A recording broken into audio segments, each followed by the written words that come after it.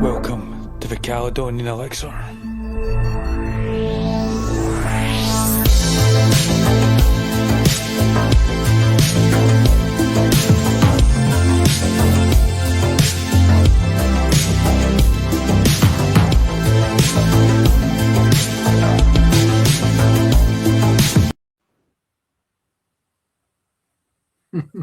Live from Glasgow, Scotland, and good morning, good evening, wherever you are. This is the Caledonian Elixir, and I'm Vincent Lawlor, and we are live on YouTube, Twitter X, and we also upload to Spotify.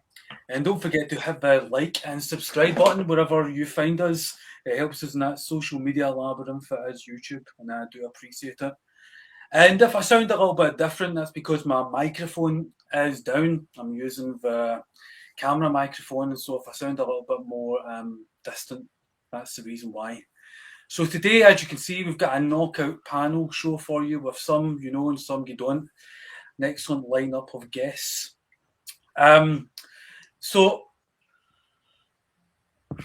we're told that the Anglo-American alliance is the most powerful in history, but I want to address today who really is calling the shots behind the corridors of power, because beyond elected leaders, parliamentarians and prime ministers and presidents, there exists a shadowy network of influential insiders and societies. So from the Council of Foreign Relations, CIA, Chatham House, these organisations also shape our foreign policy. But do these policies really work for the public or those that wield it? So to address this and more is my panel of guests. So joining us from Canada is Matt Ehret. He is a journalist, documentary filmmaker, and founder of the Canadian Patriot. And there is Jatras. He is a former US diplomat and advisor to US Senate Republican leadership. And also joining us for the first time is Nico Lagan. He is a former sales engineer turned independent broadcaster. And lastly is Benjamin Balderson. He is a constitutionalist who is living off the grid and speaks out against government overreach. So everybody can hear me fine? Yeah. And Matt, thank God I got your name correct. Last time you were on the show, I called you Matt Ho. Jim, you know who Matt Ho is, so that was I've seen him, a bad mistake on my part. So this Matt, is that a good person or a bad person? No, he's a good guy. He's a good guy. Okay, he's a former Marine Intelligence officer, if I'm correct. And yes, H-O-H, Ho. Yeah. Oh, okay. He's on like a Napolitano show and some of those other places, I think. Yeah. All right. He was a good guest, like yourself. So in my monologue, I alluded to like the CFR Chatham House, but another obvious example is the Trilateral Commission that was integral in reforming relationships with Deng Xiaoping's China, for example. So, Matt, how are influential institutions such as the CFR, Trilateral Commission, and their British counterparts How do they develop into prominent organisations of global governance that shape our foreign policy making? That's a good way to start the show. It's not an easy one to answer directly, so I'll try to keep it concise and short to give everyone else a chance to chime in. But I would say through knowing history. I mean, the oligarchy is a parasite that's been latched onto humanity for thousands of years, and they're quite good for all of the things that they're very bad at.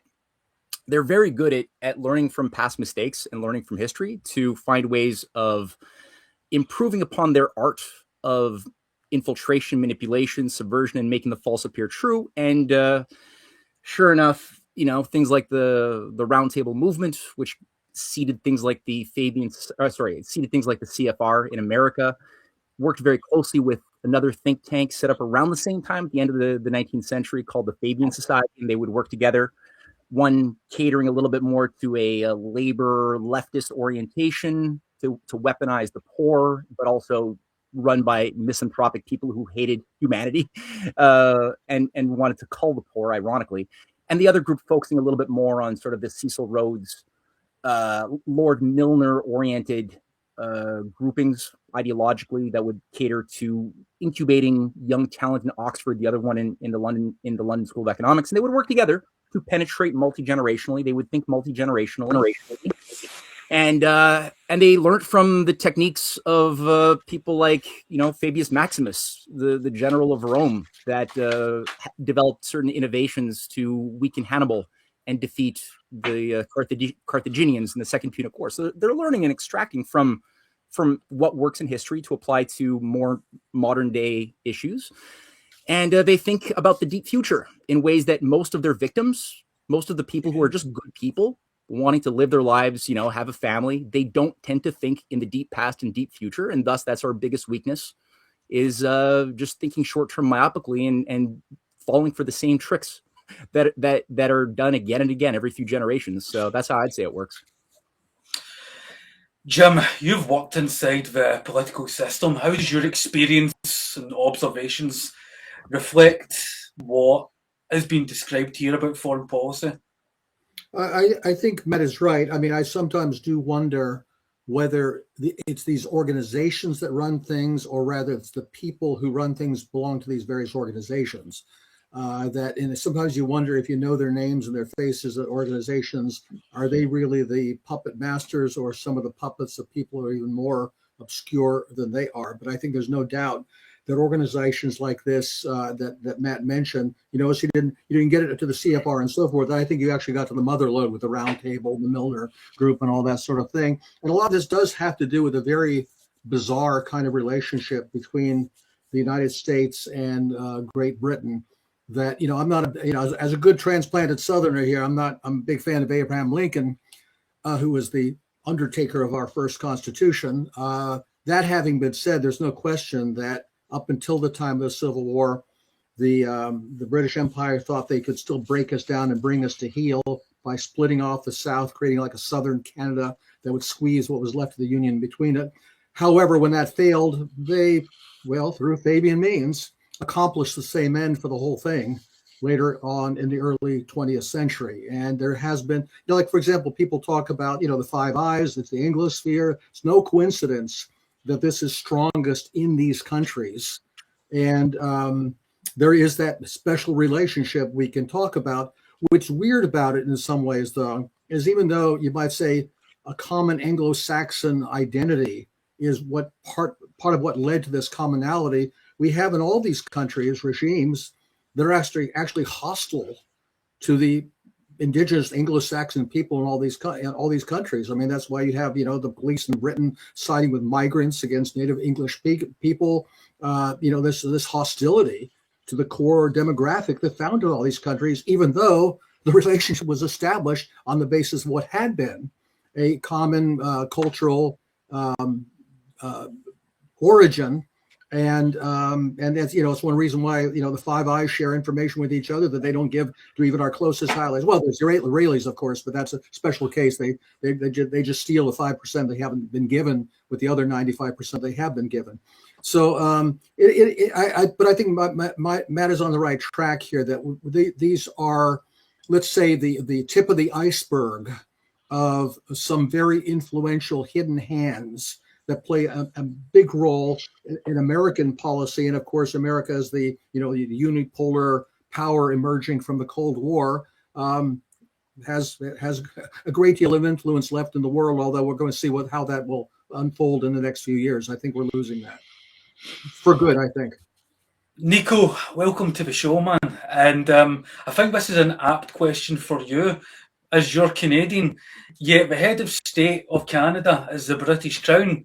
So, keeping with the theme of my question, how do you feel about where we are with the influence of secret societies, the British Crown, and how it affects, Canada too? It's hard to follow them all. That's the problem, because it was just mentioned. How do you know who plays for which team? You have no idea. And this is what you're seeing here. But as mentioned, you see the results.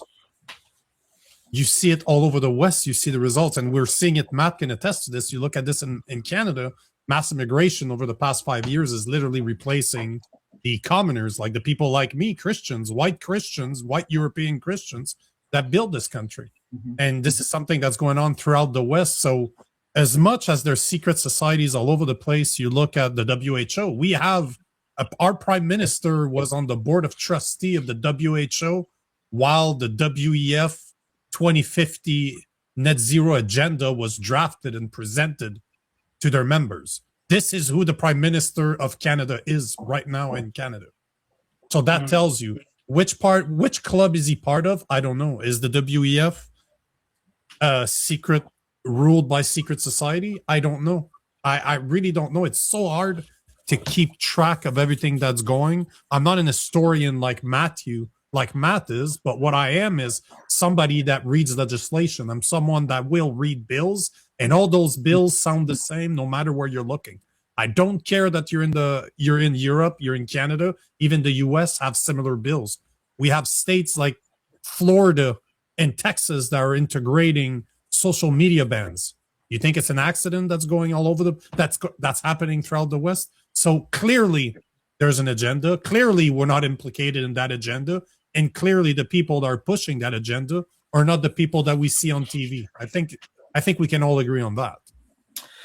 Well, I mean, you mentioned the WEF, and that's the progenitor in a way of the Trilateral Commission. If you look at the individuals who founded that, like Rockefeller and Brzezinski, as I said earlier, they had key roles in, both parties. Benjamin, your mute button is on. I just noticed. Good. Benjamin, you're somewhat of a libertarian. What do you think about this, man? Where I want to approach this from is I'm an old school occultist. I'm actually a practicing lab alchemist. And where you really saw this subversion start, in my opinion, is in the late 1800s with Madame Blavatsky. And with Madame Blavatsky, a new type of occult got brought in. And this got passed on to Alice Bailey. Alice Bailey at the time was the head of what was called the Lucifer Trust, and it got renamed to the Lucius Trust for obvious reasons as it went more mainstream. And the Lucius Trust and Alice Bailey got named to the head of the UN, or to the spiritual head of the UN. And so from these people, we see derivative things like the feminist movement, the breakup of the nuclear family, the out of Africa theory, a lot of different things like that. And also from an occultist point of view, we see the hermaphroditic movement, where they try to turn everything hermaphroditic. And there's actually no historical evidence for this ever having been the case. Even the symbolism that's brought forward with it, which is Baphomet. Baphomet, the only historical context that we have for that is when the King of England was not a particularly powerful king, and he started taking out the more powerful figures in his kingdom in order to try and raise himself up with power. And the Knights Templar were one of those keys of power. And he also owed them quite a bit of money. So he had them executed. And part of the reasoning behind that was the worship of this Baphomet figure. Well, the Baphomet figure that's listed in that is a cat-faced deity and has nothing to do with the later represented Elias Levi goat with boobs and everything else figure. So we really start seeing this push in this hermaphroditism. Well, as a lab alchemist, like let's say I go and do spagyrics on a plant that's either a root plant or like a cannabis plant. A root plant's going to be very masculine because it's going to contain more salt than oil. It's going to be an earthy thing.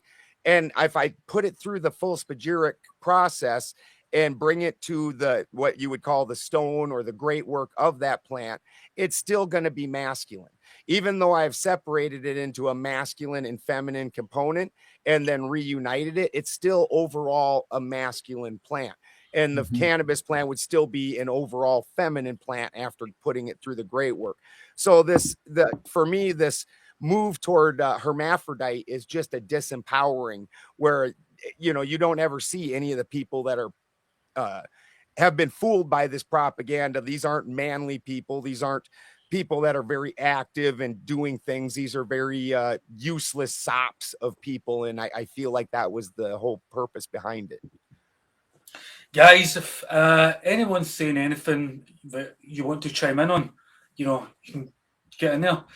I wonder how much of this foreign policy exists in a form of breakaway civilization or a state within a state, in a sense. I remember reading about how Hitler's Reichsbank president Stadt maintained a corporate banking nexus during World War II and post-World War with the US through the Bank of International Settlements.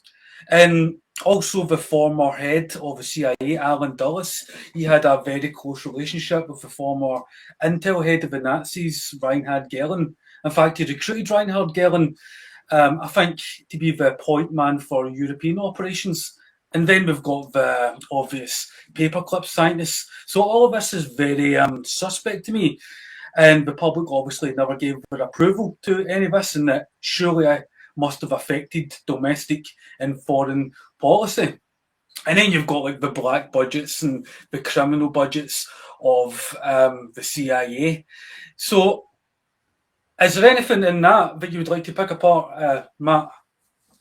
Yeah, I'll speak to that a little bit, and curious to see what everyone else has to say. It's you're right. For sure, I don't know if I'd term it breakaway society or breakaway government, but there is shadow government, that's for sure. And I think you're citing the Maison Rouge meeting that Himmler convened that involved Dulles's top guys in 1945 when it was becoming very clear that the war was going to go in a certain direction. And they basically had a meeting to discuss now the need to regroup and reformulate a new longer-term strategy that would involve more of a focus on consolidating corporate and banking control, out of which you had things like Le Cercle, the Pinet Cercle operation that still exists, very influential to this very day. In 1952, that was created as an outgrowth of that. And out of that as well was the Bilderberg Group, was seated as part of that continuity of plan, which Prince Bernhard of the Netherlands, who has been proven to have been, even though he denied it while he was alive, it's been discovered that he was, in fact, an SS officer, not just a Nazi, and a leading figure in the...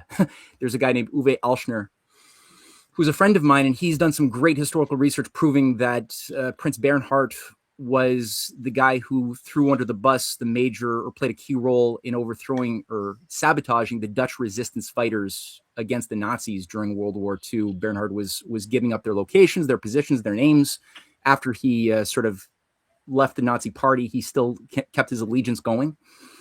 And you're right, like there's this massive network that was rearmed, redeployed under slightly more subtle techniques under Ellen Dulles' lead. British intelligence played a very big role at the paramilitary groups that were set up in various nations of the world, including the United States, including Canada, where these unreconstructed fascists from the French, I mean, Quebec was a big recipient for many of the French Vichy fascists that were brought in, interfacing very closely with people like Pierre Elliott Trudeau, who used this grouping to set up these anarcho-Maoist Leninist terrorist cells in Italy and Germany, like the Red Brigades that were used to carry out mass terrorist activity to keep the during the Cold War, to keep the population in a state of constant dis-ease and stress, so that we would give up our freedoms to have state control increasingly spread over our lives because terrorists. And the same thing in Quebec. We had the FLQ that had a lot of infiltration. I don't know whether they were always like this from the get-go, but it was proven that these same Operation Gladio networks in Canada were operating through the RCMP Special Operations Unit in the 1960s and throughout the 70s, when the RCMP was caught red-handed, seeding several of these cells. The COINTELPRO operation in the United States ran parallel to this, where they were basically running provocateurs and infiltrators to control and radicalize different civil rights groups, from MLK's groups to the Black Panthers, you name it. And that's something which just people didn't understand. They didn't take the time to properly take in what was being done to them. And you're right. So we had a bottom-up and top-down recapturing of the populations and of the governments of the world through the banking, the corporate sector on the one hand, the liberalization of the economies that happened after 1971, which resulted in the whole age of deregulation, the mergers and acquisitions that were made possible by no more government regulation of the banks on the corporations. The small and medium enterprises were wiped out under Reaganomics and Thatcherism. When Milton Friedman's ideas were brought in, free markets were told, that's the new way we're going to run the show. We're not going to have any type of nation state playing the role in the economy anymore. So that involved the crushing of like the vast majority of the small and medium businesses that couldn't compete with Monsanto's. And the banks just started gobbling each other up to become too big to fails, wiping out the small and medium local banks, which there were way more back, 30, 40 years ago than there are today. And the same thing happened in Canada. We had the destruction of our bank laws, the separation of investment, commercial, and insurance banks that were all separated. They were all allowed to like go under one-stop shop, multi behemoth institutions that could speculate with other people's money. And so again, bottom up, top down, capturing the whole way through. Yeah. Jim, you were an advisor to Senate Republican leadership at one point in your career. How does that sync up with what we're discussing right now? It's like being a Christian in Diocletian's court. I mean, I'm there trying to inject a note of sanity into it. Like I remember, I was there during the South Africa sanctions, the breakup of the whole Soviet Union and the Eastern Bloc, the Balkan Wars, the lead up to the Iraq Wars, and I guess was trying my best to explain, hey, this is not a good idea. This is not a good idea. This is not a good idea. You can see how much influence I had. That's why my book is called I Tried to Warn You. Picking up on what Matt said, I mean, you could also put in the same category the MI6 and CIA support for the Banderists and the other Ukrainian nationalist terrorists in the Soviet Union, from the end of World War II into the early 1950s. At the same time, I think sometimes it's hard to know, we were talking earlier about who are the shadowy figures who are really running things from above the scenes, behind the curtains and all that. But at the same time, some of these people are simply foot soldiers who are useful. I mean, you recruit all these various movements. Like, for example, look what happened after 9/11. We have all these people who said, oh, now we're declaring war on Islam. We're demonizing Islam. What was the first word out of George W. Bush's mouth? Islam, a wonderful religion of peace and tolerance that's been hijacked by cowardly terrorists.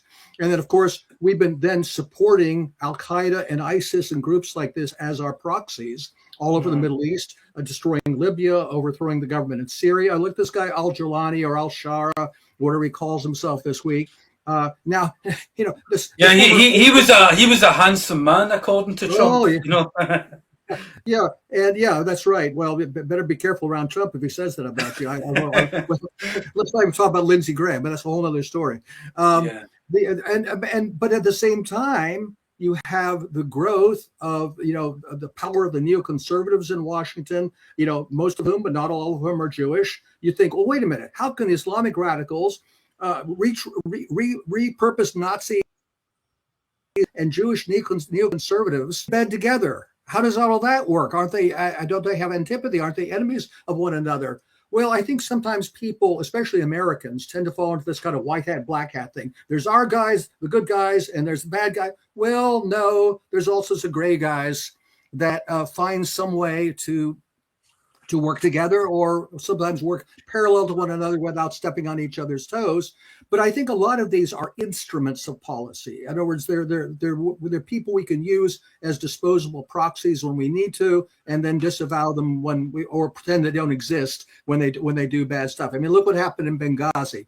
You hear nobody who looked into that in Congress would point out the obvious thing that was an Al-Qaeda operation with the CIA to ship weapons from Gaddafi's stocks over to their friends in Libya. They didn't want to talk about that, neither the Republicans nor the Democrats. So, again, I think there's a lot of these moving parts. Some of them are simply tools, and some of them are masters. And sometimes it's not always easy to say which is which. Yeah, I mean, that is very interesting, Operation Sycamore, and how the British intelligence, the US intelligence aided Wahhabi terrorists in getting into Syria and doing what they did there. And Benjamin, Nico, is there anything you'd like to say about that? Or before I move on to the next question? No, not. Go ahead, Benjamin. I would like to point out that it's pretty well known in the occult circles that these figures that we view as leaders are definitely not the ones calling the shots. And one of the ways that you can tell this is how often that they're subject to the same things that are being forced onto us. You look at like the Hollywoods figures, you look at a lot of these large corporation figures where all their children are basically non-binary. Their bloodlines have been effectively cut off. They're done. And so what we need to understand is those are the people we get to see that we're supposed to emulate.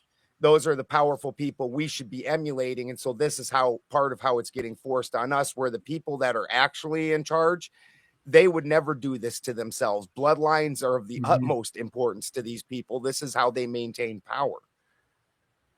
Yeah, and that's interesting about when you're talking about kids and the whole the focus on them and the transgender thing, because I've had several individuals on my show who were in the GATE program, and you see that streamlining between those gifted children's programs like the GATE program to the other programs like Stargate, CIA programs there. So that really is a cause of concern, because it's happening in Canada. What was in the pink drink? Yeah. In fact, I think I was in the GATE program when I was a kid, because if you actually look at what they did, I know a few people in my own circle who recall that happening to them when they were in school. It was quite widespread. So I would like to transition this slightly to something different. So, okay, Benjamin, to what extent can the United States political system be considered truly independent when it is influenced by lobbying groups like APAC and wealthy donors such as Miriam Edelson, who has contributed something along the lines of 100 million to pro-Trump PACs in the last election? I mean, surely there's a quid pro quo there. When we look at the way things operate right now, and Rand Paul really put a nose on this. I don't even understand how the Elon Musk and going and looking for fraud was shocking to people. Rand Paul every year in front of the Senate comes out and does like a 2-hour speech about that government waste and all those things. Well, also you look at these kind of things. When he also comes in, he's the author of the One Bill movement.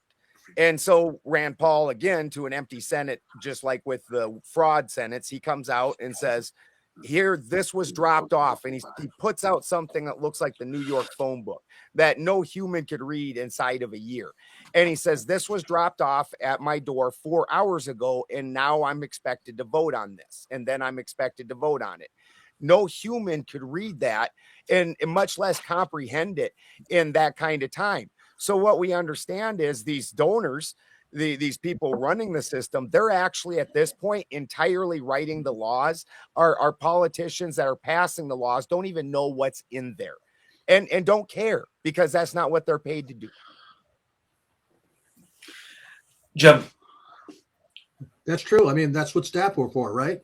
I mean, basically, the staff write the bills and the staff get the language for the bill from the lobbyists. That's the way it tends to work. I guess the question is this. I mean, there's been talk by people like, Tucker Carlson, Marjorie Taylor Greene, and, maybe a couple others, Thomas Massey, about forming another party. And look, I have to tell you, I don't think that's going to make any difference. I mean, first off, the Republicans and the Democrats have the system as rigged as the Communist Party of the Soviet Union did, as a one-party system. Ours is a ostensibly two-party system, really one party with two factions. And they basically agree on most, and you can have all we have third parties out the wazoo already. They simply cannot win. At least in a parliamentary system, you do find new parties who actually manage to get in parliament sometimes. Look, the FDA came out of nowhere a few years ago. That just can't happen in the United States. So I think we have to face the fact in this country that the system has become so totally dysfunctional that the only solution to it is going to be essentially the way the Soviet Union went in 1991. Something fundamental has to collapse, and then we'll see what happens after that. But the idea that somehow we're going to vote harder this time, and that we're going to pull ourselves out of this nosedive, I just think is look. Where I live down here in rural Virginia, all the people around here are great people. They're total Trump fans, or he can do no wrong. It's a cult of personality. Someone I would just call Trumpanzees. I mean, they just basically believe anything the man says, no matter how absurd it is. But that's sort of the emotional divide you find. Then on the other side, you have Trump derangement syndrome. I mean, anything and everything he does, he's a fascist, blah, blah, blah. In a way, I would say that Trump is becoming kind of like an American Gorbachev. He's like the catalyst that's going to speed up the ungluing of a system that no longer can be saved. Nico. You are bang on. This is exactly how I see American politics. He was brought in to do a job, and now it's even worse because he has 4 years and he can't be reelected. So the amount of policies, damage, however you want to call it, that he's going to bring in over the next 3 years is going to be very, very interesting to see. And we see the same thing in Canada. It's not even an American thing. Like in Canada, it's the same thing. We're supposed to have 5 parties. They're all different wings of the same bird. There's absolutely no difference between them. Our conservatives are liberals. Like our Overton window so far to the left that all of our parties are leftists. I'm sitting there as a conservative Christian and I'm not even on the radar. Like I don't fit anywhere on the political spectrum that we see in Canada. And I would go as far as to say that this is not corruption. This is how the system was built in Canada. This is the reality that we're facing every day. All the parties play the same tune. They just have a different color background. But they talk the same words. They don't agree. One of the things, I think, Vincent, you brought that up earlier, but I was watching the inauguration of the new ministers as part of this new government. They don't even pledge allegiance to Canada. They pledge allegiance to the crown. Yes. And yet this is live on TV. Nobody talks about it. It's all, it's totally normal that we have our highest leaders in our government pledge allegiance to a foreign king. But this is the reality we're seeing in Canada. They don't pledge allegiance to Canadians. They don't care about Canadians. They care about their overlord, or probably somewhere part of Europe. And again, we can go down that rabbit hole, but at the end of the day, it does not matter the party you look at least in Canada. They all talk the same way. They all support the same thing. And one thing I always say to my listeners, if you really if you really hate your opponent because he's destroying the country that you love, would you shake his hand and tell jokes to him when the cameras are off? Because we see that in Canada all the time. Our two leaders are supposed to be the polar opposite. There's so many pictures of them hanging out together, laughing, shaking hands. Hey, if you're my enemy and you're destroying my country, I ain't shaking your hand. I do not want to be close to you. You are destroying the country that I love. Yet, it's politics. It's, how could you call it? It's entertainment for the masses. It's nothing different than what Romans did 2,000 years ago. Yeah. Bread and circuses for the masses. Can I add a footnote on Trump? The one question I do have is whether he was brought in by, you might say, the Peter Thiel, Palantir, CIA wing of the party in a last-ditch effort to try to save the system, or whether this was planned as some kind of controlled demolition. I tend toward the former. I don't think there is anything to be gained by a controlled demolition. I could see that they looked at the excesses of the Biden-Harris regime, though everything was coming unglued at that point, and they figured we need to play the patriotic card here by bringing in the America First guy, who of course is anything but, and try to hope that somehow he can pull things out of the nosedive. But as I say, I think he's accelerating. And maybe I'm wrong. Maybe he was actually brought in to collapse the whole system. I don't think so, though. But you want to roll over the collapsed system. That's the whole point, right? At least that's what we're seeing in Canada. Well, if all those people that are behind, we keep talking about, maybe that's their plan, that, they'll be left holding all the pieces when everything collapses. I don't know. Well, and the most credible version I hear is where our economy needs to be replaced, and it's going to be with a digital economy. Mm-hmm. So somebody's got to be the sacrificial lamb that takes the hit on this. Mm-hmm. But you look, this is happening throughout the West, right? And look at a country like Canada that arguably has the most natural resources in the world. Like wherever you look, we have as many natural resources as a country that should be as rich as Saudi Arabia. Yet our economy is collapsing. You're not going to tell me that this is an accident. It's done on purpose. But if you look at Canada as a part of the world, a one world organization, which our prime minister is very open about the fact that he's a globalist, that he is for a one world government. He says it all the time, that we need a new world government. He said it when he was at the WEF. Speaking his last speech in Davos, he was actually speaking about this. So what would you want if you're looking at a one world government? Canada is one of the strongest, the strongest asset you can own in the world. You want Canada to be intact the way that it is now. How do you get that in the hand of a one world government? You collapse the economy. And then you can buy everything for dimes on the dollar, for cents on the dollar, for fractions of a cent on the dollar. So if you kind of reshape your perspective to look at it from a world's perspective, if you had a one world government, Canada's the place you want to destroy.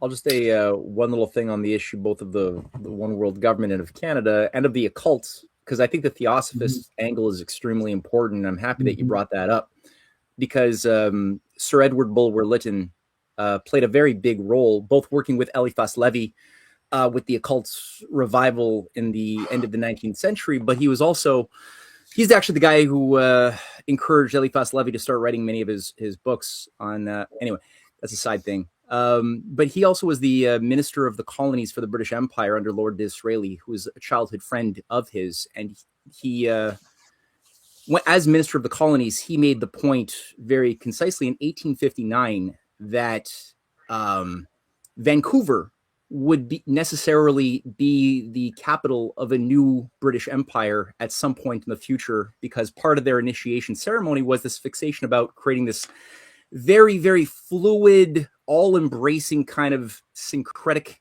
perennial philosophy, taking sort of the weakest hullabaloo from all of the world's different cultures and compositing that, as Blavatsky did in her Secret Doctrine, and creating something that is will just absorb anybody and everybody into this blob of oneness.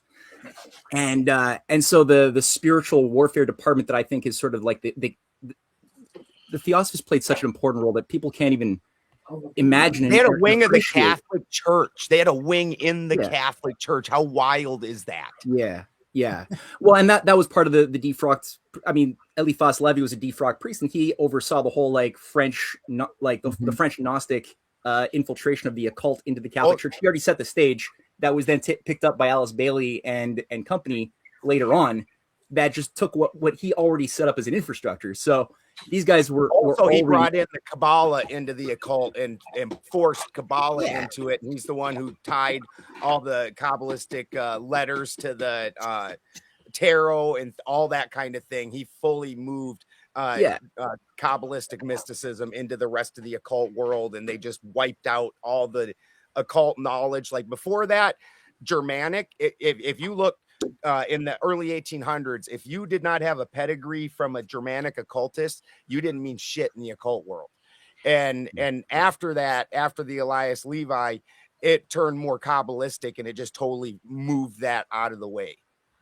Yeah, well, the Hermetic Order of the Golden Dawn, the whole Rosicrucian operation, it's really into the whole Canadian story as well as the American story and Indian story. I mean, the Theosophists were creating the India Congress Party as well. Like Gandhi was getting trained in London at the temple, the inner temple, on how to become a Hindu by going to theosophical meetings who were teaching him how to read and study the Bhagavad Gitas. I mean, come on, like Besant is running the India Congress Party and absorbing all of the different revolutionary tendencies. It's just nuts. And then they're bringing that into the West and saying, hey, this is India. It's this British revamped thing we're now calling Hinduism. We're going to now sell it to the Western world as this new exotic thing to replace, Christianity. Well, we kind of had discussed that, covered that in our episode together, Matthew. We were going over Swami Vivekananda and that. Right. It's interesting when you're discussing Gnosticism, because there is that sectarian difference. The difference is there. So, occultism. You've got the German OTO, the US OTO, and I believe the US OTO describes itself as a caliphate. And that's quite interesting, that in and of itself. And the whole Eliphas Levi, it was many a moon ago when I read Eliphas Levi, the transcendental magic. Wasn't he advocating the idea that there were different ethers, and the magnetism was tied to that, and our spiritual energy could, migrate into the ether and stuff like that? I can speak to that, but I feel like I've been hogging the mic. I don't know if. Well, anyone that knows what we're talking about, chime in. Go ahead. That polarization is required for energy, straight out. And they've taken this into the political system. This is part of why you need the Democrats and the Republicans. You need the baby face and the heel in WWF terms. You need that. If you don't have a bad guy that you can despise, you can't have a good guy that you love. Without the threat, there is no hero. That's just the way the world works. And they understand this. This is part of why you get the Hegelian dialectic. We give you this problem, we give you the answer. It's a nice system. Yeah. And also, one thing I wanted to mention about the way Matthew worded that the Canadian people are being forced to swear allegiance basically to the crown. Well, that was Nico. This isn't the Britain, which is what most people would understand. They don't understand the city-state of London in and of itself, and the way you made that sound, it would have been toward the city-state of London and not toward the Greater Britain. Mm-hmm. Yeah. The Royal Mail. Yeah. I mean, it is startling to actually listen to Mark Carney do his pledge of allegiance to his oath of allegiance to the Privy Council and to the Crown, and to do as a good servant ought to do for His Majesty and his heirs into perpetuity. It's all part of the. It's disgusting to think that that's actually what every prime minister has said to have, as well as every member of the shadow cabinet. So everybody who's going to have any access to any type of sensitive information has to do the Chatham House Rules Pledge of Allegiance thing to keep secret all secrets that should be kept secret by a servant of the Majesty. It's nuts. But for the ether thing too, yeah, like it, yes, everyone knew that there must be some form of very subtle medium through which light travels between stars and to us. Yes. You can't have empty space. But how do we conceptualize the nature of the thing that the light is moving through?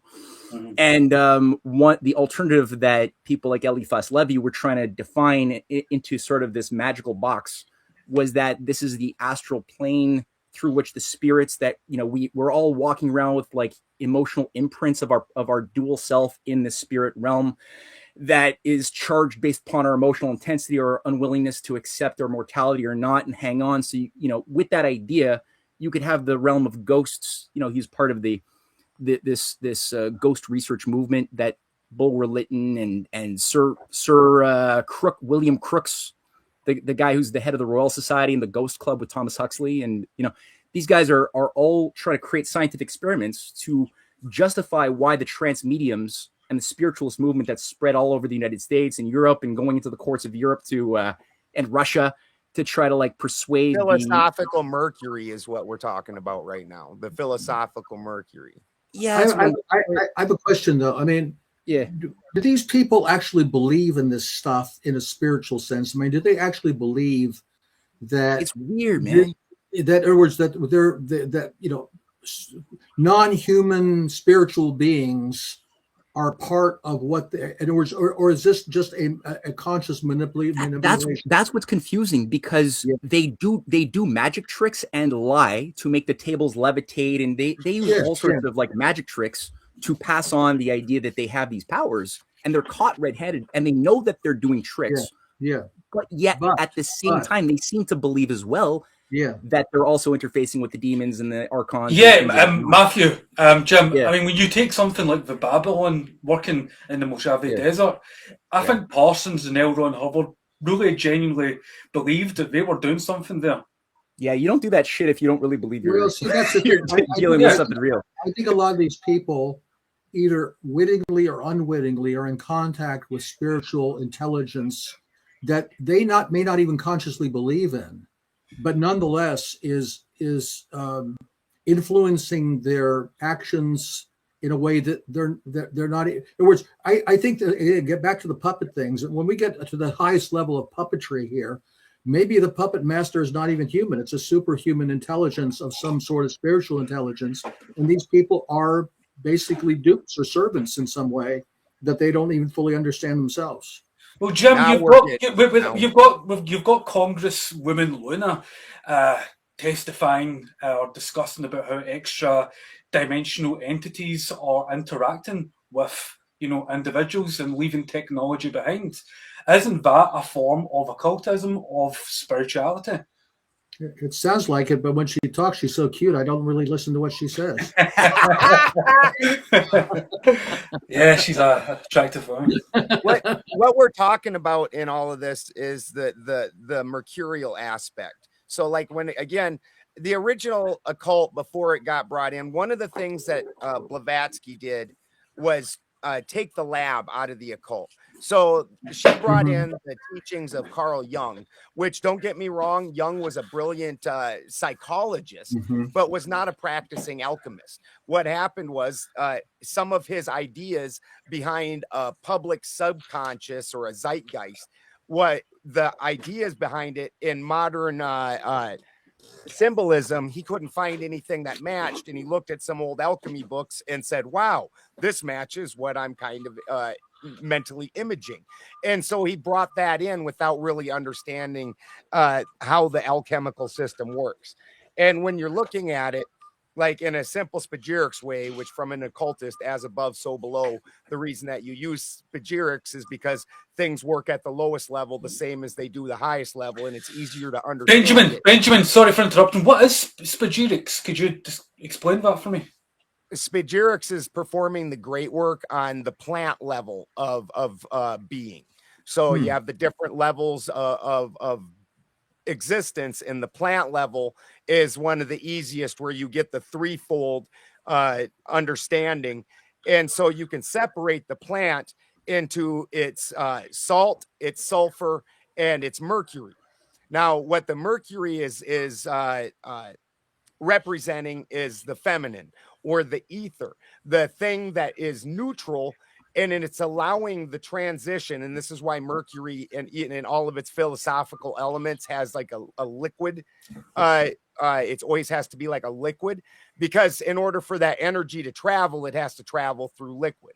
And so the Mercury is making the transition of the broken and polarized masculine. This is where I brought in the polarization. I'm sorry, earlier I just started making leaps.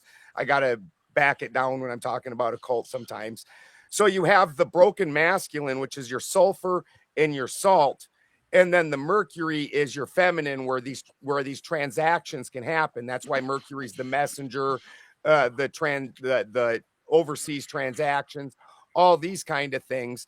And in fact, the original Mercury story, it steals Apollo's cattle, takes those to Earth and into a cave, and then takes music or sound back up to the gods. And there's an entire transaction that happens there. This only happens with Mercury, because without the liquid, the connection can't be made. So what needs to happen alchemically is you purify the three different elements, and then through the Mercury, the sulfur will go and lock in with the salt. This is the masculine, the two aspects of the masculine reuniting and becoming a perfect masculine. And then that does the alchemical marriage with the feminine. And so it's the energy that's passing, that transition of energy. And when you're looking at sulfur, sulfur is like the life element. So if I do an extraction on a live plant, which includes me having to cryogenically freeze it, which means that as soon as I harvest that plant, before sunlight touches it, I put it in negative 150 degree slurry, and that thing, it doesn't even know that it died.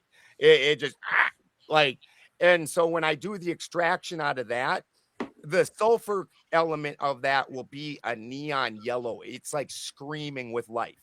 Now, if I dry it and do it with a dried herb, the sulfur in there will back down to like a normal golden color, not that bright neon yellow. And if I wait, say 6 months, that sulfur element is going to go to a red and then a black. And you're not going to get the same efficacy out of the product in any way, shape, or form. You're going to be lucky if it crystallizes and solidifies at all and doesn't just remain a goo. Because the decarbylation process has already happened, so it doesn't want to reach its crystallized form anymore. And then the entire great work is gone. It's all those understandings that we're supposed to carry on with this whole fucking system. Well, when you switched it to Jung, and also the other big thing that she added in was Gottfried Higgins' work. And he was Anacalypsis was his book. This book was such hot garbage that the occultists of the day wouldn't have anything to do with it. He made 400 copies, all of which sat and rotted. And then like his great grandson found them, and a couple of the copies was able to, in the new era of cheap printing, have those printed by one of the respected presses. So this gained popularity then at that point in time through people like Blavatsky, who brought that in. I call it Dr. Seuss occultism, where they literally take words that sound like each other, and they're like, Isis is Ishtar, is Easter is Eoster. Like, you're a jackass. That is what you are, sir. Yeah, well, I never thought of Mercury being female. How? I mean, this sounds like some kind of a chemical version of Kabbalah or tantric. Some kind of cosmic sexual concept that applied to chemistry. Okay, so when you look at the original creation, you had the all, the I am, the singularity. And then in order to understand itself, it had to split, so it had something to compare itself off of, because you need something to measure yourself from. So it had to split. It split into a masculine and feminine. But the problem is these two things just balance each other out. They're just completely opposite, and you don't really see anything. So then the masculine side of it, which is the material for the masculine and the immaterial for the feminine, the masculine in and of itself splits into a fire and ice. These are two polar opposites pushing against each other. The feminine immaterial, or the void, pulls these two pieces together, where you have the Vesca Pisces form, and that's where the life forms, or the ego, the third thing that isn't one of, it's not this or this, but it's both. And it's its own individual thing. And this is where you start seeing life. So this is just basic. This used to be just basic occultism, like, before they took and made it Kabbalistic. And again, this is something that, so the feminine, that feminine Ganunga gap, the immaterial, the thing that gives life and destroys, actually she destroys first, pulls them together, and you have destruction. And from the destruction, you have life. And so Benjamin, try and wrap us a bit up here, because I need to move on. Sounds like Kali. Nico, I would like to ask, do you think UFOs is a more modern manifestation of old-fashioned occultism? Because I've got a quote here from a former CIA director, Walter Bedell Smith, and he said, "I am today transmitting to the National Security Council a proposal in which it is concluded that the unidentified flying objects appear to have implications for psychological warfare. I suggest we discuss this as soon as possible." I think that's a very interesting message quote there. That is a very, very good question. I've been following the whole UFO agenda, storyline, however you want to call it, since I've been 10 or 14 years old. And the more it looks like it's all an illusion, like everything we're seeing right now seems like it's just all part of, I believe it's called Bluebeam, right? The Project Bluebeam. It's all a idea to make us unite under the same world religion, if you will. I want to believe, as a Christian, I believe that there are fallen angels. So call them UFOs, call them demons, call them whatever you want. There are interdimensional being. There's no way in hell that we're alone. Like, let's be real here for a second. But at the same time, is that what we're seeing? What's being disclosed, and I'm going to air quote disclosed here, what's being revealed or disclosed to us, is it real? I don't think so. I personally, the more that it goes, the more that even Trump talks about this. Like, this is how much of a joke it's become. It's becoming mainstream. Why would it be mainstream? Because they're telling us a story. What's the story? Unification. Because, I've been listening to Matt and Benjamin speak, and all I can hear is that at the end of the day, what they want is to unify us. Is all for us, all the people around the world, to agree to one single system. How would they do that? Find a common enemy. Find a common source to be against it. What is greater? Nico, sorry for interrupting, but in a way, don't all religions do that? Try to unite us under a certain banner, whether it's the cross or...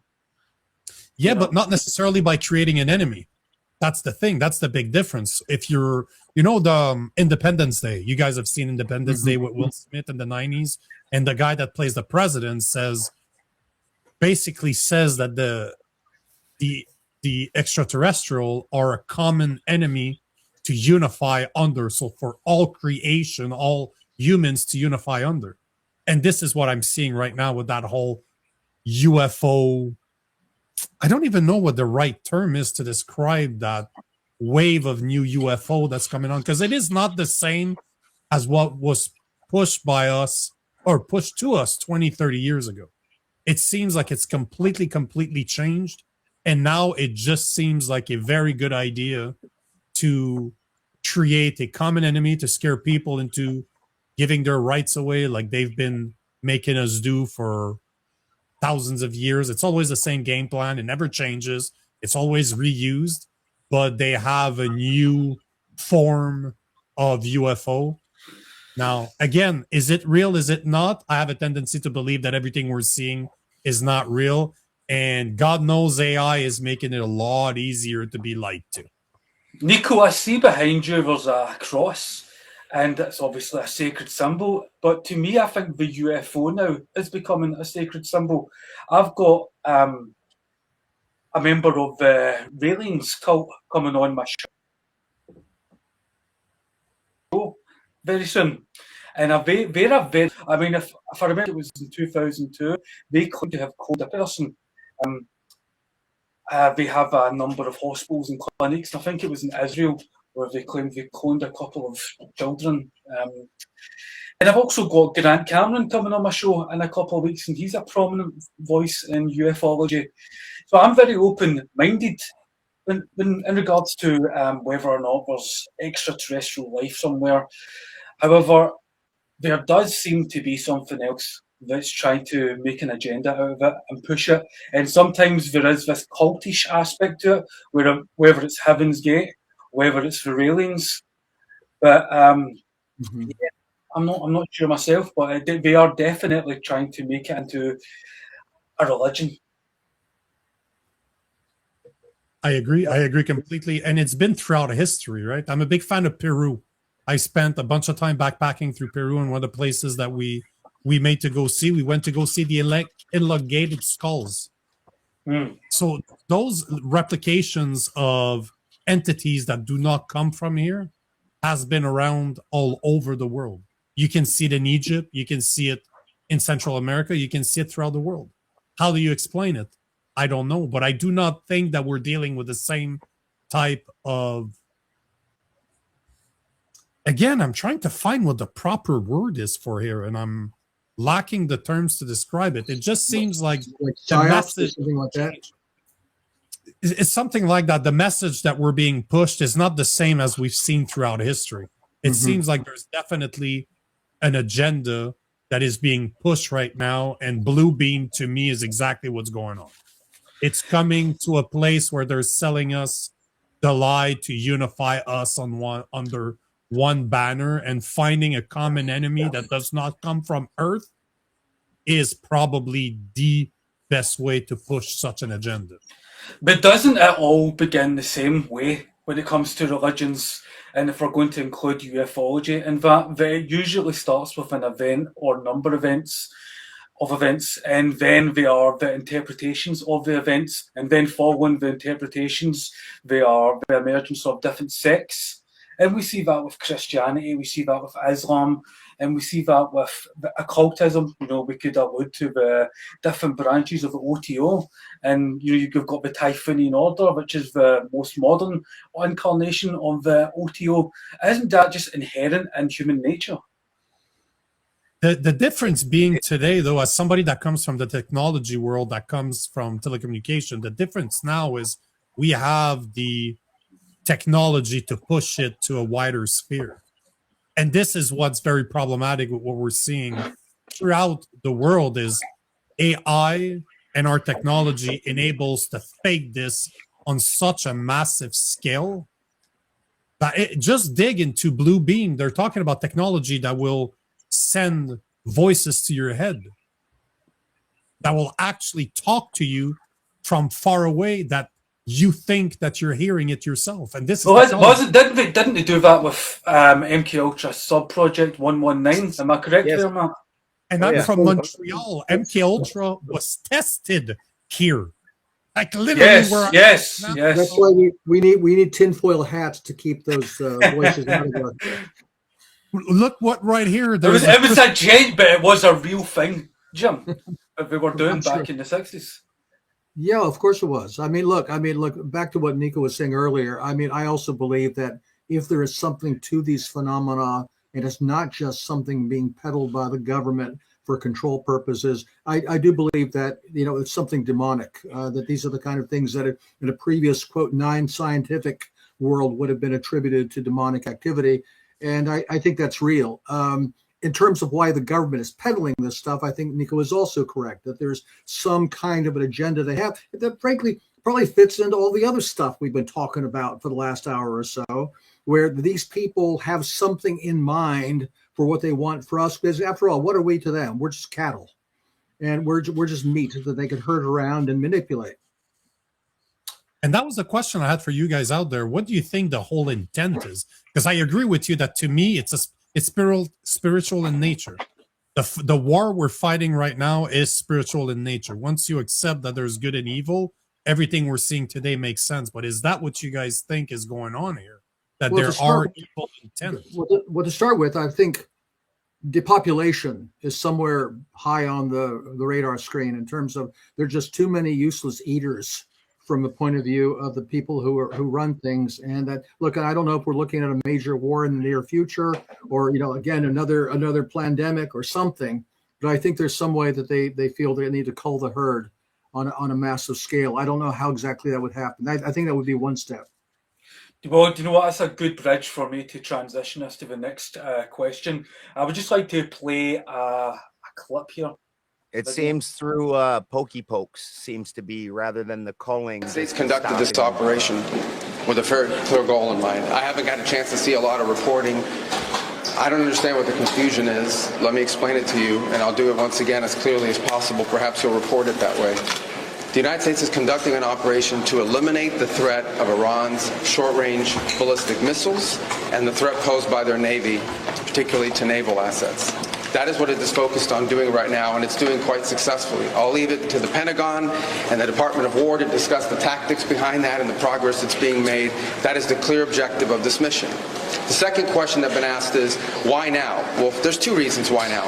The first is it was abundantly clear that if Iran came under attack by anyone, the United States or Israel or anyone, they were going to respond against the United States. The orders had been delegated down to the field commanders. It was automatic, and in fact, it bared to be true, because in fact, within an hour of the initial attack on the leadership compound, the missile forces in the south and in the north, for that matter, had already been activated to launch. In fact, those had already been pre-positioned.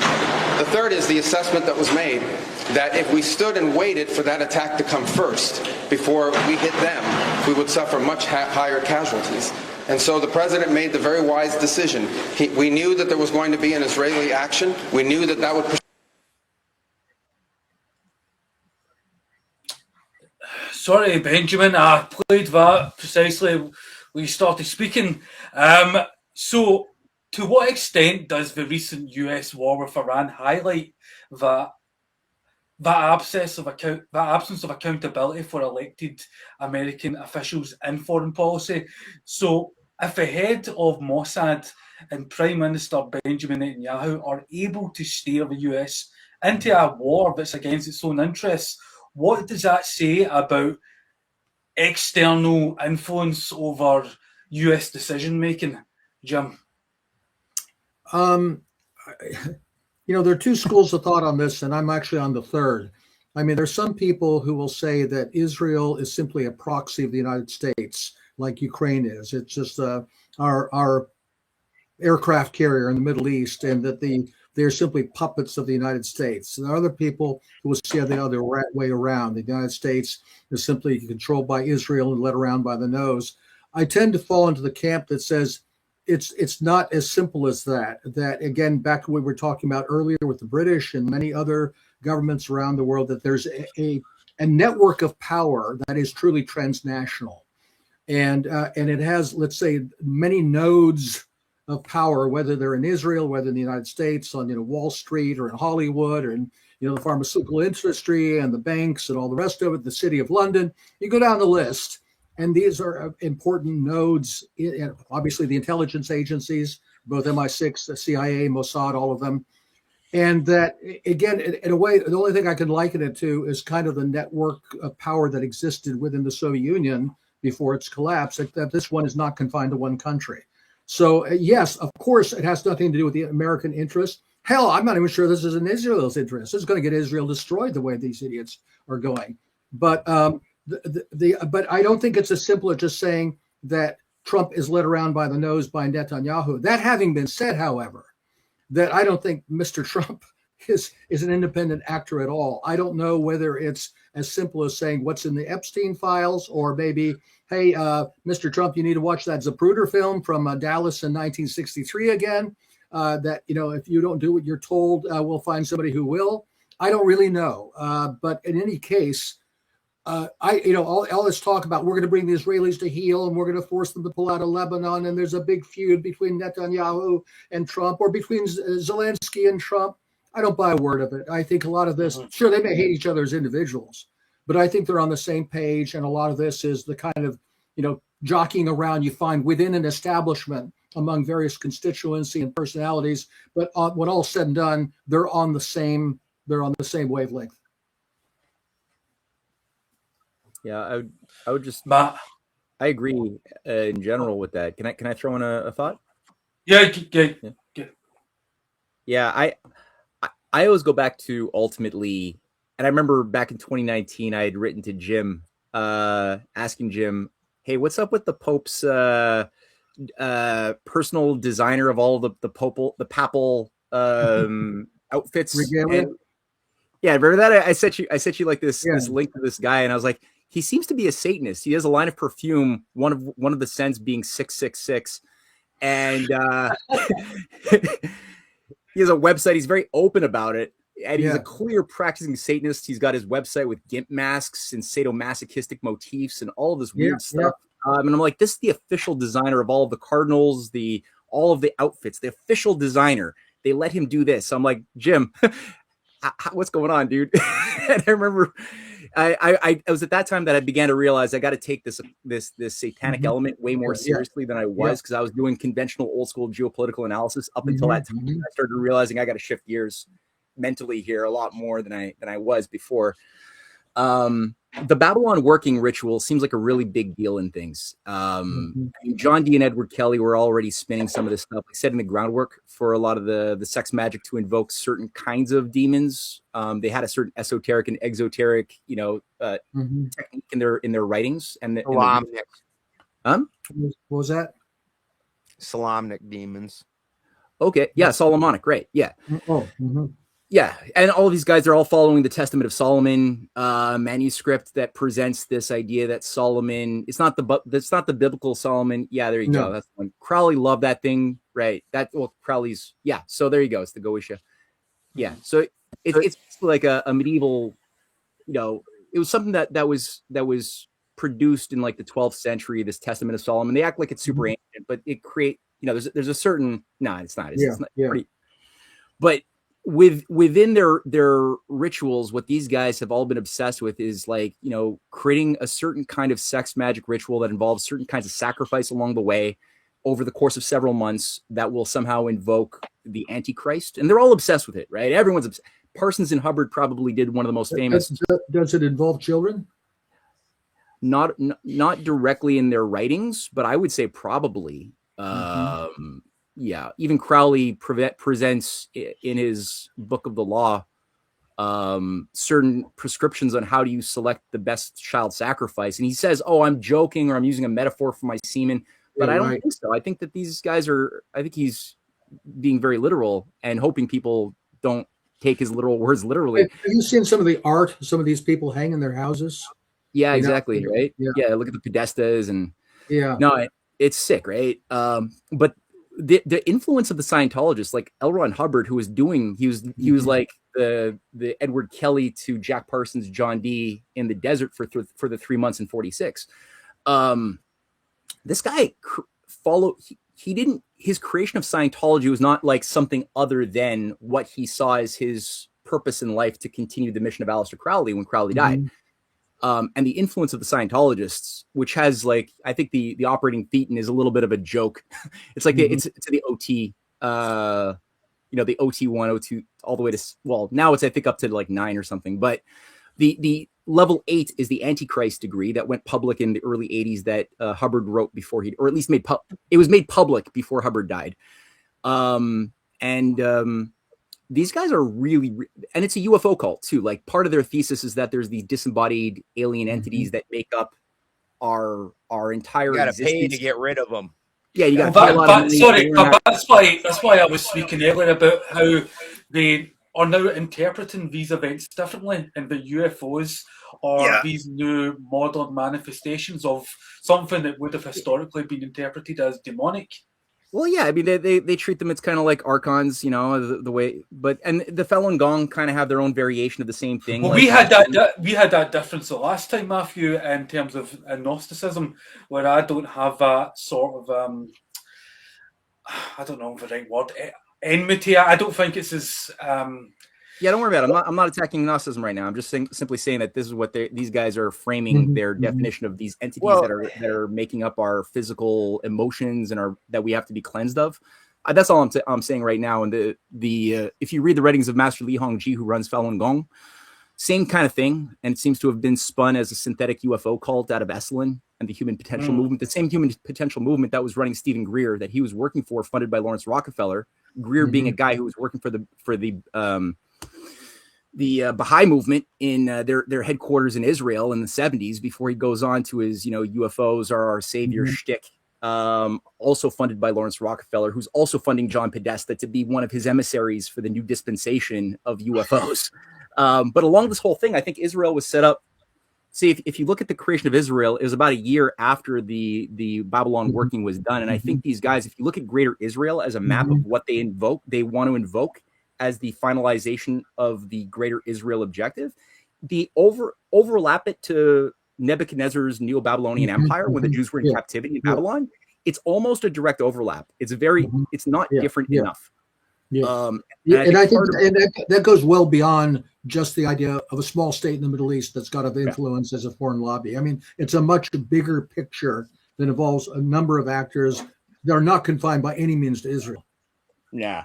Well, all this plays to the origins of Christianity, where you see the Roman Empire, and at that point in time, they were by force failing to subdue the northern European pagan lands, the heathens and the Celtics. In fact, the Battle of Teutoburg Forest basically stopped all Roman expansion north. They're like, yeah, not dealing with these people. And so they it could have gone better, Yeah, could have went better. Three Roman legions, including their camp followers, didn't make it home. Weird. Yeah.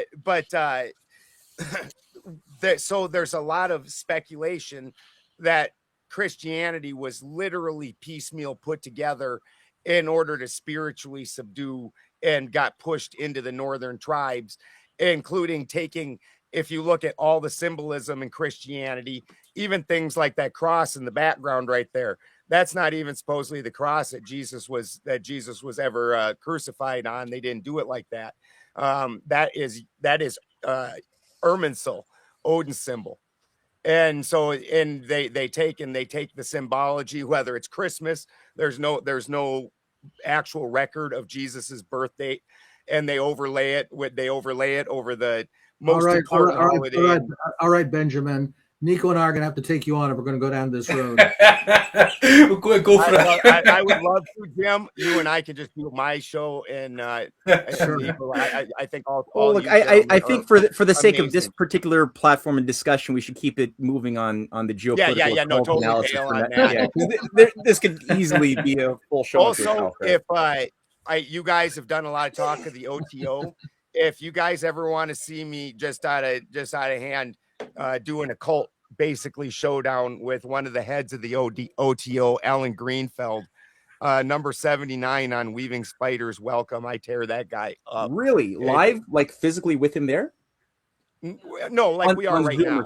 Yeah, on stream, yes. I would like to see that. That guy sucks. Yeah, I would like to send that to us, Yeah, please. I show the world how absolutely pathetic these people are in their knowledge of occult and what it is. I get this guy to admit it. He goes, oh, well, some people would do physical alchemy, and he totally admits that it's through the spiritual alchemy component that they brought in, that once you didn't have to match your works with the lab, you could make this deviation. And because the things that I say as above, so below, I have to be able to also make happen in a lab. And once you take that out, you can say whatever you want. Guys, I'm going to need to make a deviation back to the question about foreign policy and Mossad and Netanyahu. Nico, I was asking about how the head of Mossad and Netanyahu were able to steer the conflict, cause the conflict or steer Donald Trump into launching this war, and what does that say about external influence over US decision making? What do you think about that? It's happening everywhere throughout the world, so it's not an American. The same thing is happening here in Canada. The same thing is happening overseas. It is, again, everything to me steers towards a new world order, one single government, and they're destabilizing one of the most important thing that we have, oil and gas. That's what's happening right now. This is all about creating chaos. What you're seeing between the clip you played earlier, between the US and Iran involving Israel. I don't even care who leads who. At the end of the day, the goal is still the same, to usher in this one world government. And no matter where you look, we're being steered this way. This is all I see from here. Because, again, look at our prime minister, Mark Carney. Read his book, Values. He tells you exactly what his game plan is. He's using the green agenda in order to usher in a very communist one world government. That's all it's about. And that's all we're seeing. And I don't think there's any difference between what's happening in the US and what's happening in Canada and what's happening throughout the world. They're players playing the game that they're being told to play. But I don't know if it's just that Netanyahu and Trump have just got these overlaps of interest. Trump, for years before he was re-elected, when he was campaigning, he was campaigning against Iran. You heard him ad nauseum with every rally speaking out against Iran. So it's not a new thing. Maybe there's just that overlap. I mean, you do have the overlaps with occultism, with these secret societies, with the Trilateral Commission, with the CFR. And then we could go to how Ingo Swann and Hal Puthoff, these guys were Scientologists, but they were also in SRI. So there are just these overlaps, these spider webs, these connections. Could it be that they just have shared interests? Opposed to, At that level, yes. At that level, yes, but not at the upper level that we don't get to see who's ruling. Because, there's two thoughts of theories here. One of my best friend always said that he does not believe in the man behind the curtains. He just thinks that people are they just care about themselves. They're simply selfish and they find alliances like what you're describing. So you either believe that people are just selfish and it just aligns with other people because they want more power. And what's the point of power is more power. There's nothing else to it. Or you have people that are trying to mold us into one single entity. Whatever you look, any way you look at it, it ain't good. It shows human nature. Well, Benjamin, do you think Trump is really steering US foreign policy here? Or is he just subject to being manipulated by much more wiser and intelligent officials in these secret societies? I think that his bloodline is tied into the Chabad Lubavitch line. And when you're looking at every religion has its extremists, and then it's mainstream people, and they're extremist, and he's married fully into that line and definitely taking their plan on. And I would say that he doesn't own himself at all, in my opinion. Because I've seen you participate in, debates in the tomato, and there's always that usually quite spirited and a good variation of opinion. But it still really confounds me how I see, and I'm not going to name any names, but so many names really on that Trump train, and they're not willing to deviate, that no matter what he says, and then veers off and does something different, they are on board. I really do believe he could go out on 2nd Avenue and shoot someone, and he would probably still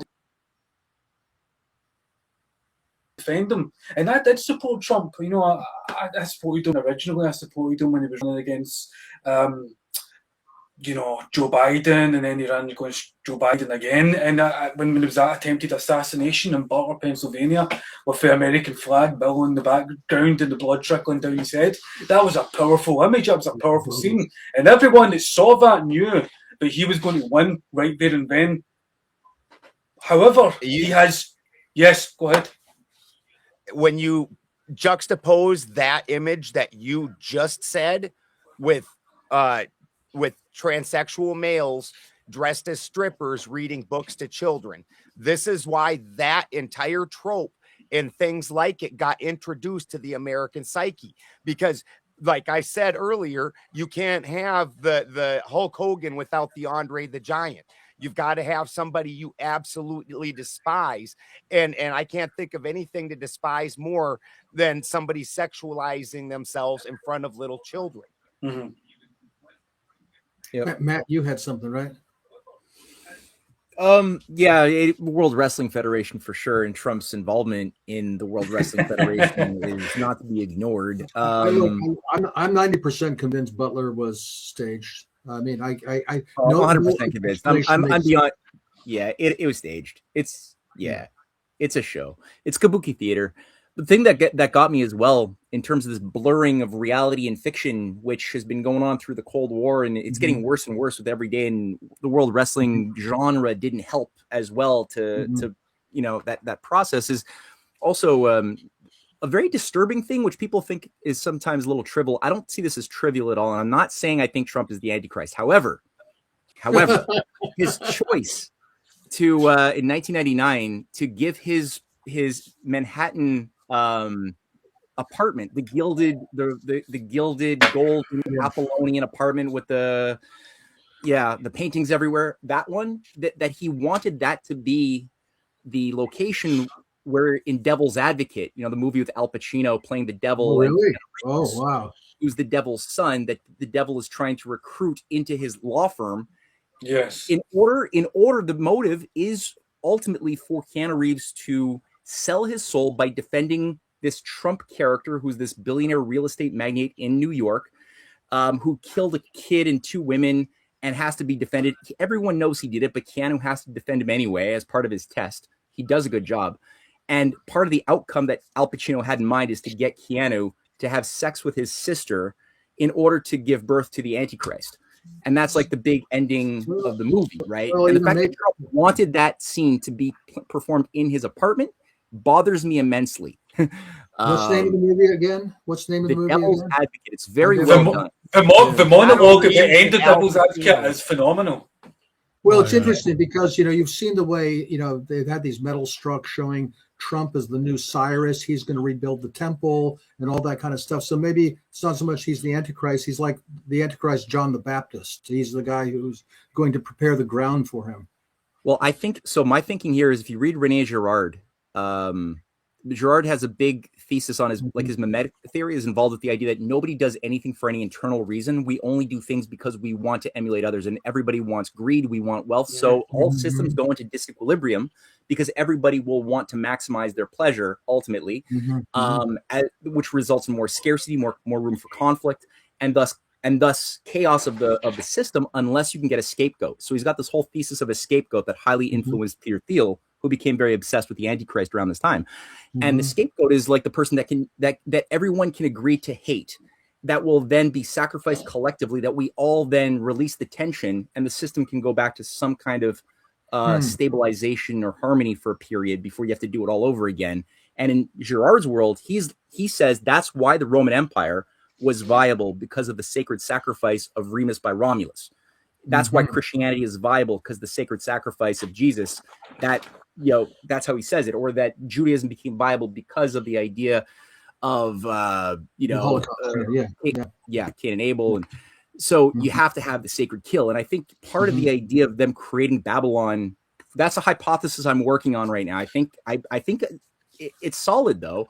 Matt, is that Matt, how does the Antichrist, or it's not the Antichrist, how does Satan at the end of the Devil's Advocate describe God again? Does he not describe him as a puppet master who says, first you can look but don't touch, then touch but don't taste, then taste but you can't swallow? And that whole monologue is mine. This is one of his best performances, I think. Yeah, it's a pure satanic ritual. That movie's a satanic ritual. So the thing though, I think Israel is set up to be the sacred sacrifice, but it has to involve retooling Judaism itself to be the worst version of itself, to do the greatest wrongs possible, such that everybody in the world, all cultures. Well, but Matt, there is a difference between the Israelites, and we were going to participate in this debate together, Benjamin, but I missed it. It was about whether the Jews are the real Jews, and there is a difference between the ancient Israelites, the Jews, and the modern day Israelis. You know, they're not mutually exclusive, are they? No, there's a high priesthood. That goes back to ancient, Babylon. If you could look at like the ancient Samaritans, they maintained the original canon. You know, they were not subject to the Babylonian exile, which introduced, you know, the whole Talmud and stuff like that.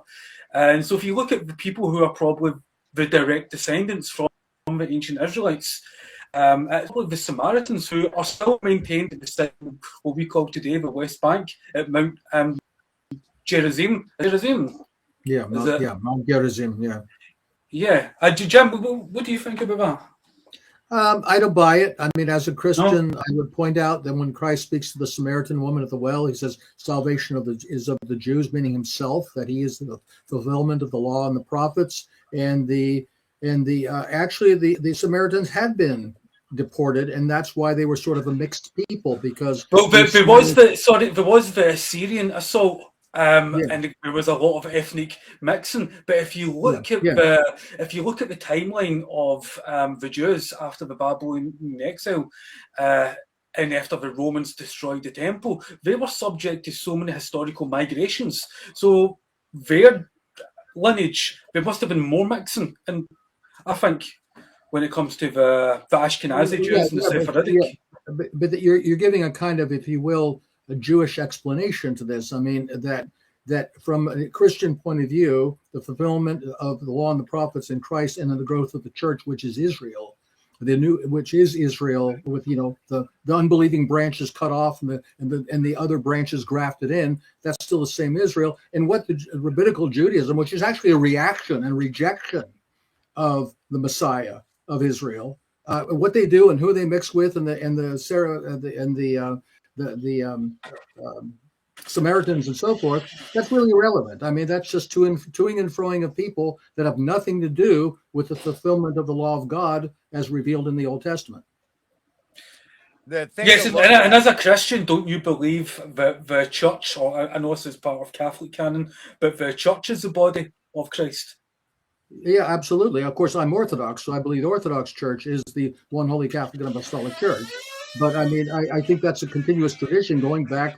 I mean, look, if you look at the book of Acts, like many of the priests believe, I mean, that the worship of the temple became the worship of the church, but that's the true worship of the God of Israel fulfilled in Christ, not the rabbinical rejection of the Messiah, which is what modern rabbinical Judaism is.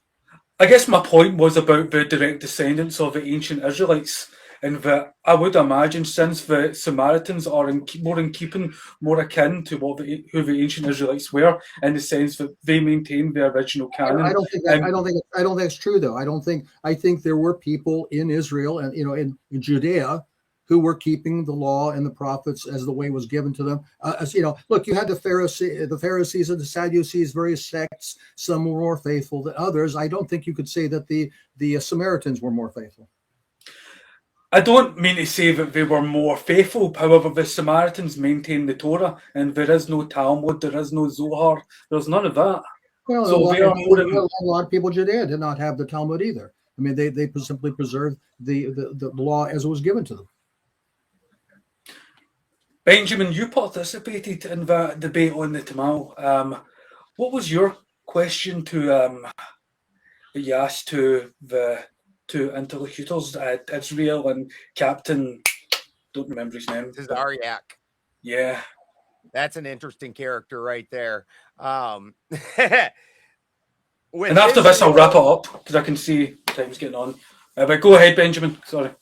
With Israel, my question was primarily around the inception of Israel and then the propaganda prior to the inception of Israel, where it's a very interesting thing.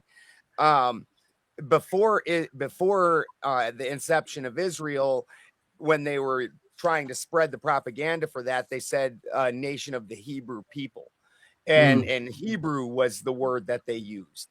After the inception of Israel, they became Israeli people, in the Hebrew, which is more ethnically tied than nationally tied, but that went away, and now they're Israeli people.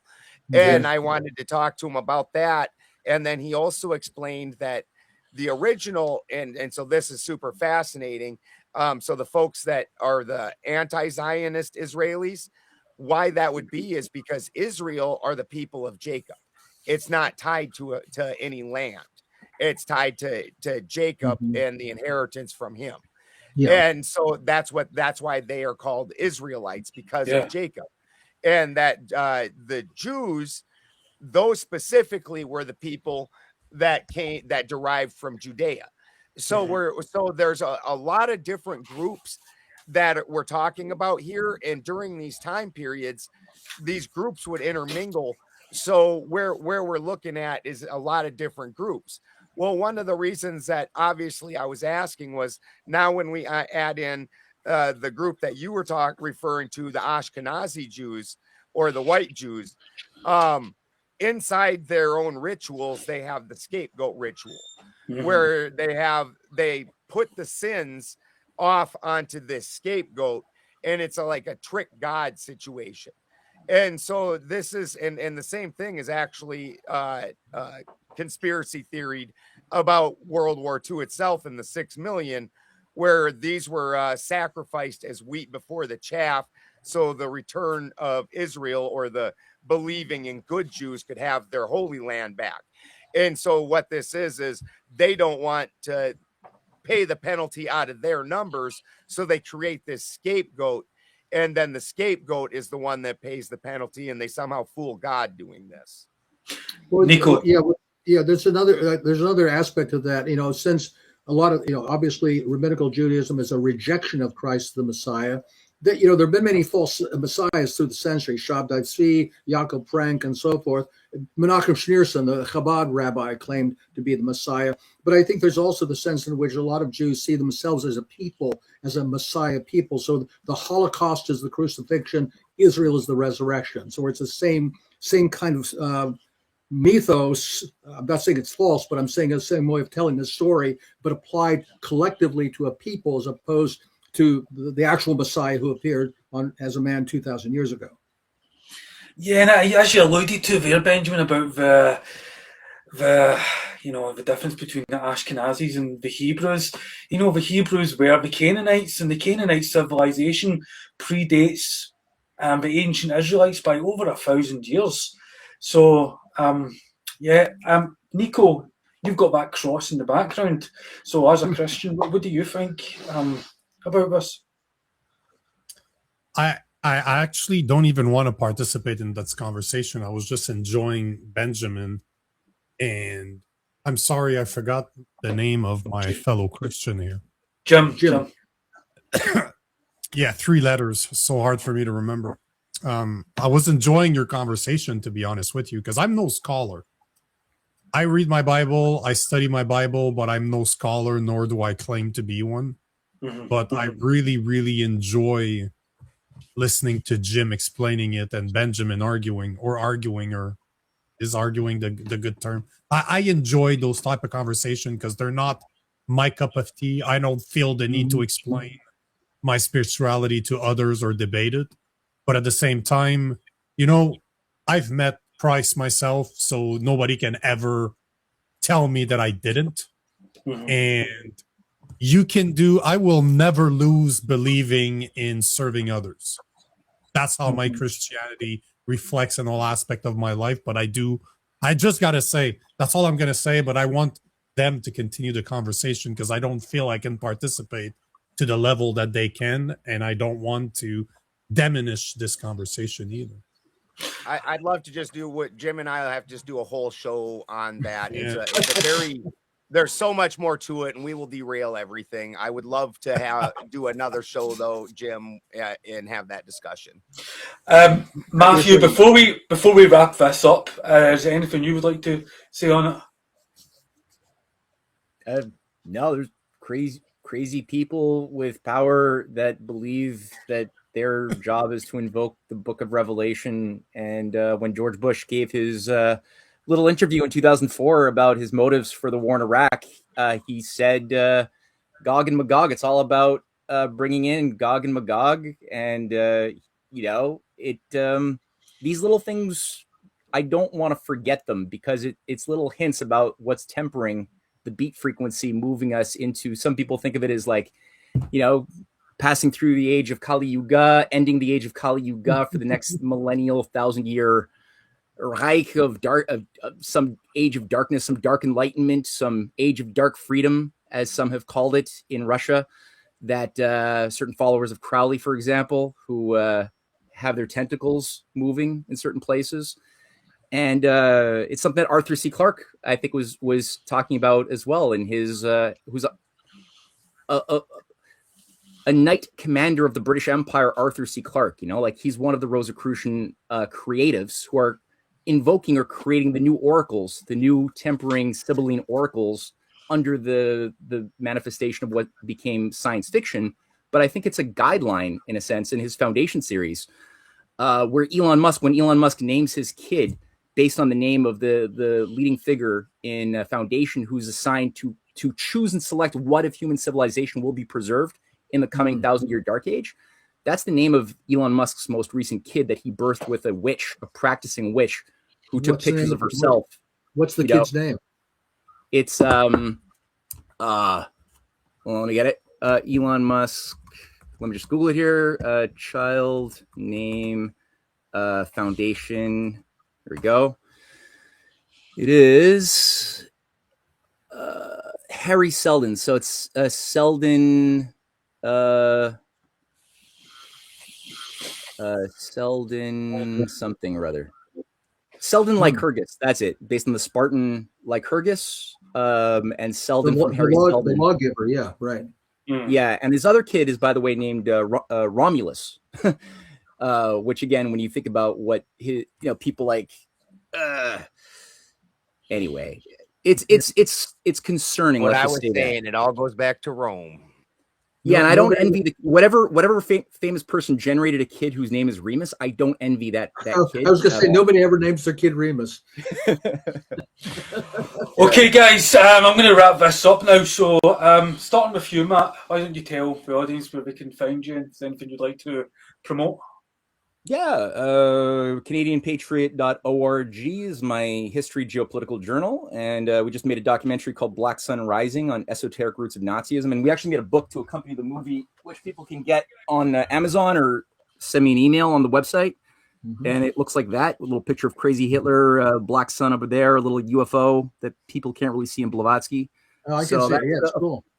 Yeah, it's a fun little sign, Photoshop. So. Yeah, that's something they could send me an email. I could tell you how to get a signed copy. So CanadianPatriot.org. Benjamin, why don't you tell everyone where we can get your channel?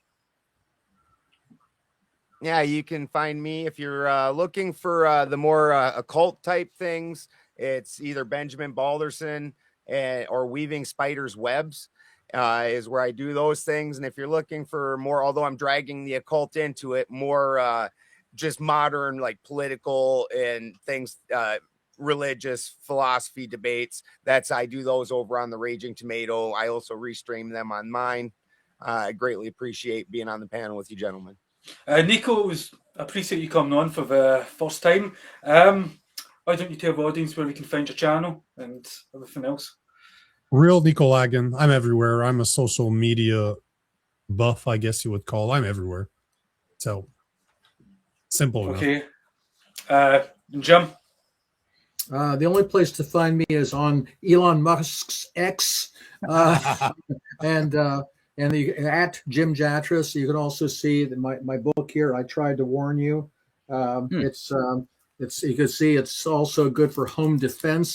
Yeah, for those of you in countries where you don't have a Second Amendment. So I recommend it highly, of course.